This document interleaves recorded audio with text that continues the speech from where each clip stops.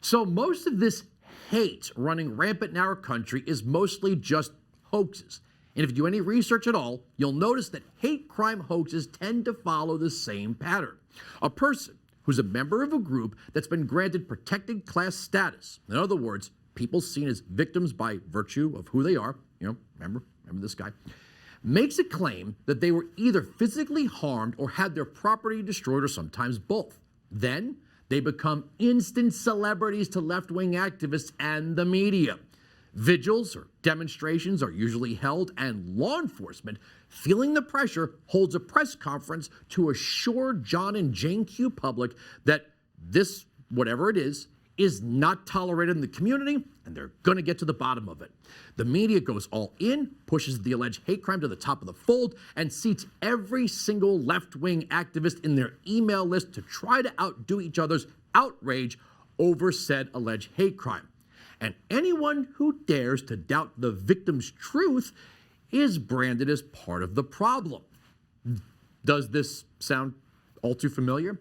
Well, here are some more examples in case you missed them due to the media's negligence to adequately report these hate crime hoaxes as hoaxes.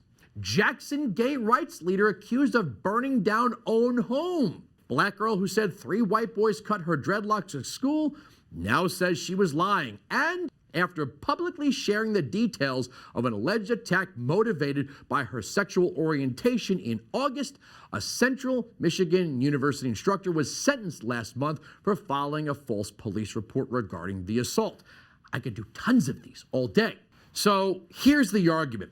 Fake hate crime, or should I say fake victims, should suffer the consequences under the full extent of the law for lying and wasting public resources and knowingly making false accusations that pit groups of people against one another over nothing.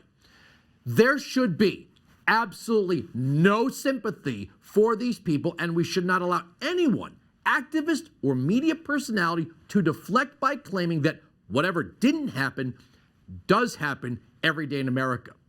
If this country is so teeming with hate crimes, then no one would have to fake one.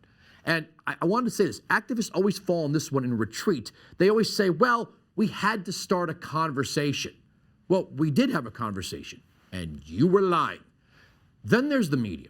The media is totally irresponsible in its race to sensationalize every hate crime claim, especially if they can pin it on a Trump supporter. They're also responsible for the division that it causes, and we all know that their attraction doesn't come close to undoing the damage the media does with its headlines. Now, you might be saying, why? Why does the media go all in every time there's a fake hate crime story? Simple. Because they want to. This is how they view America, a cesspool of hate and ignorance, and they blame it all on Donald Trump. Because the media, like left-wing activists and academia, do believe anyone in a MAGA hat is a hate crime perpetrator in the making, constantly putting so-called victims on a moral pedestal every time a claim is made is part of the problem. So let me close with this. Dear media, do your job. Wait for the facts and get the story right for a change.